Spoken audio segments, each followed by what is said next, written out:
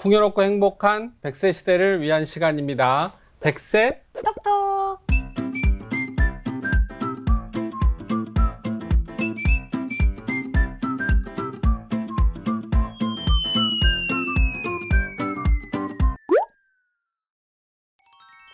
하지정맥류라고 혹시 들어보셨어요? 하지정맥류.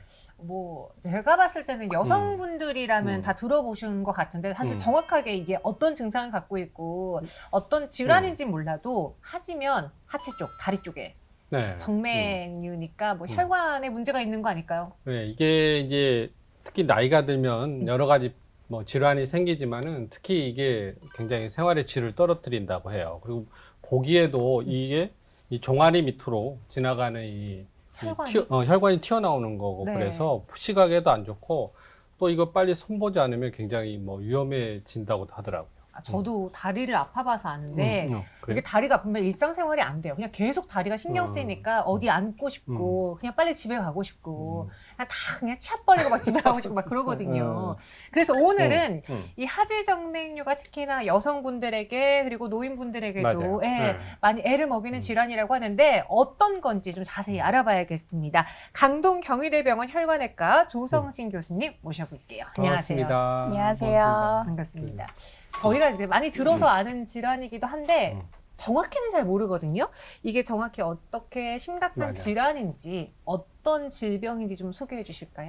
네, 하지정맥류라고 하는 것은 정맥 안에 있는 판막의 기능이 망가지면서 생기는 질환이에요. 그래서 뭐 이 판막이라고 하는 거는 원래 이제 말초에서 심장까지 혈액을 한 방향으로 흐르게 하는 역할을 하는 기능인데 이 판막이 망가지게 되면 오히려 혈액이 말초 쪽으로 흐르게 되고 이 역류가 되면서 정맥벽에 지속적으로 압력이 가해지면서 혈관이 늘어나는 질환입니다.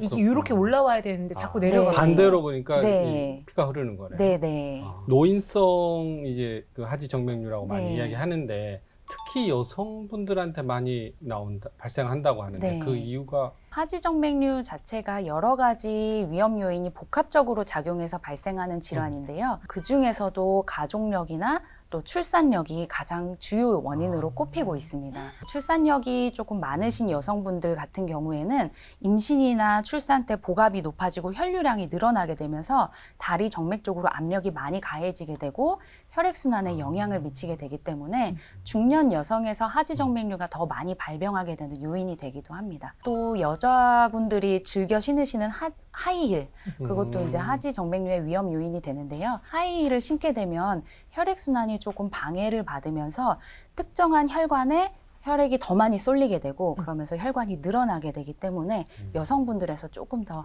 발병률이 높습니다. 신발하고도 관계 있고. 네. 여성분들에게 많이 발생을 하긴 하지만 노인성이면은 뭐 남성분들도 네. 쉽게 걸릴 수 있는 질환인 네네. 거잖아요.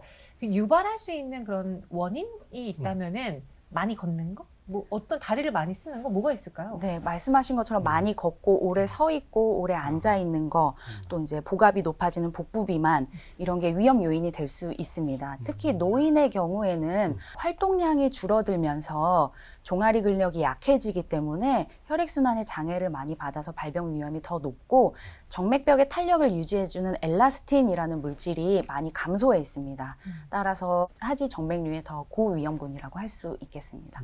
속설인지는 모르겠는데 목욕탕 자주 가시는 분들, 네. 그래서 목욕탕에서도 사우나 이렇게 오래 하시는 분들한테 더 많이 일어난다 이런 말이 있는데 맞습니까? 네. 목욕탕 가서 몸을 덥게 해주면 네. 모세혈관이 확장되기 때문에 그런 걱정을 많이 하시는 것 같아요. 근데 네. 실은 이 하지정맥류라는 게 모세혈관에만 문제가 있어서 생기는 거는 아니고 다리를 가로지르는 큰 혈관에 장애가 생겼을 때 이제 하지정맥류가 된다고 이제 진단을 할 수 있기 때문에 정상적인 혈관, 정상적인 정맥일 경우에는 사우나가 나쁜 영향을 미치는 것도 아니고 좋은 영향을 미치는 것도 아닙니다. 아무런 영향이 없습니다. 다만 이제 하지정맥류가 많이 진행되어 있는 경우에는 혈관이 좀 많이 늘어나 있고 늘어난 혈관에 피가 좀 많이 고여 있을 수 있습니다. 근데 이런 상황에 계신 분들이 사우나에서 장기간 노출이 되면 탈수에 좀 위험이 생기기 마련인데요. 네. 그렇게 되면 고여 있는 피가 혈전이 될 가능성이 많기 때문에 그런 분들만 좀 사우나를 조심하시면 되고 대부분의 경우는 사우나가 뭐 하지 정맥류를 뭐 안 좋은 영향을 많이 미친다든지 아니면 하지 정맥류를 유발시킨다 하는 그런 증거는 없습니다. 그렇게 걱정 안 해도 되는 거. 아니, 네. 저도 다리가 아파본 경험이 있다고 말씀드렸잖아요. 그래. 그래서 하이힐을 많이 신어서 그런가요? 못하는지 잘 모르겠어요. 그래서 네, 진단을 받으러 가봤는데 하지정맥류는 아니었거든요. 근데 제가 딱 다리가 아픈 순간 가장 많이 들어본 단어가 하지정맥이다 보니 나도 그게 아닐까. 그러니까 의심을 하고 병원에 가본 거였거든요. 이 하지정맥류인 걸 의심할 만한 그런 증상이라던가 이건 또 어떻게 진단받는 거예요? 네. 하지 정맥류는 이제 하지 혈액순환이 제대로 안 되고 다리에 피가 고여 있기 때문에 다리가 많이 붓고 피곤하고 저린 증상이 가장 초기에 생깁니다. 젊은 사람들 같은 경우에는 이런 증상만으로도 병원에 내원하셔서 이제 간단하게 하지 혈관 초음파를 통해서 진단을 받게 되는데요. 네. 이 노년분들 같은 경우에는 노화에 의한 신체 변화가 많이 진행되어 있는 상황인 경우가 많다 보니까 대부분 이런 증상은 그냥 노화에 따른 자연스러운 현상이겠거니 하고 좀 방치하시는 경우가 많습니다. 노년분들이 병원에 오시는 이유는 이런 증상에 더해서 더 심한 증상, 그러니까 젊을 때부터 혈관이 울퉁불퉁 튀어나왔었는데 삶에 크게 지장이 없어서 그냥 지냈었어요. 근데 지금 뭐 피부가 까매지고 착색이 되고 하얗게 진물이 나와요. 그래서 궤양으로 진행이 돼서 오시는 경우도 좀 많이 있습니다. 혹시 그 하지 불안증이라는 말이 있더라고요. 네. 이 하지 불안증이 노인성 하지 정맥류를 더 뭐 발생시킨다 네. 이런 말이 있는데 네. 그 하지 불안증은 뭐고 네네. 그 두 하지 불안증과 하지 정맥류의 네. 연관관계는 어떤 건가요? 하지불안 증후군은 특히나 주무시기 직전에 다리가 많이 불편하고 쑤시고 당기는 느낌이 있어서 막 두들겨야 된다든지 다리를 이렇게 털어야 된다든지 그래야 잠에 드는 특징이 있는 질환이라서 주로 잠들기를 힘들어 하시는 게 주 증상입니다. 하지 정맥류의 경우에는 주무실 때 다리에 네. 쥐가 난다든지 아니면 아침에 일어나서 기지개를 켰는데 다리에 쥐가 난다든지 이런 증상이 주 증상으로 나타나고요. 또 이런 증상이 매일매일 생기는 것은 아닙니다. 그리고 하지 불안 증후군 같은 경우에는 양다리가 동시에 불편한 경우가 좀 많은데 하지 정맥류는 뭐 경우에 따라서는 한쪽 다리에만 나타나기도 해요. 차이가 있는데 이게 계절적인 요인도 있어요. 원래 우리가 어르신 분들이 이제 허리가 아프거나 뭐 다리가 쑤시면 비가 온다 그런 이야기를 하잖아요. 네네. 뭐 하지정맥도 그런 계절적인 요인, 뭐 날씨와 좀 연관이 있나요? 하지 정맥류는 뭐 어느 계절에나 다 발병할 수 있는 질환이기는 하지만 네. 겨울에 많이 시술이나- 있어요. 네, 시술이나 수술 이후에 관리가 여름보다는 아무래도 가을이나 겨울이 훨씬 더 쉽기 때문에 가을이나 겨울에 치료를 받으러 오시고 또 실제로 치료를 받으시는 분들이 더 많습니다. 이 치료를 받는 과정은 좀 간단한 편이에요? 치료법은 여러 가지가 있을 수 있는데요. 초기에 경미한 증상이 있을 경우에는 생활 습관의 교정만으로도 증상의 호전을 기대해 볼 수 있습니다.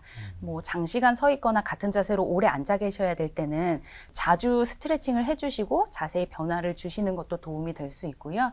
또 그런 상황에 노출이 되게 될 때는 고탄력 압박 스타킹을 신어주시는 것도 도움이 될 수 있습니다.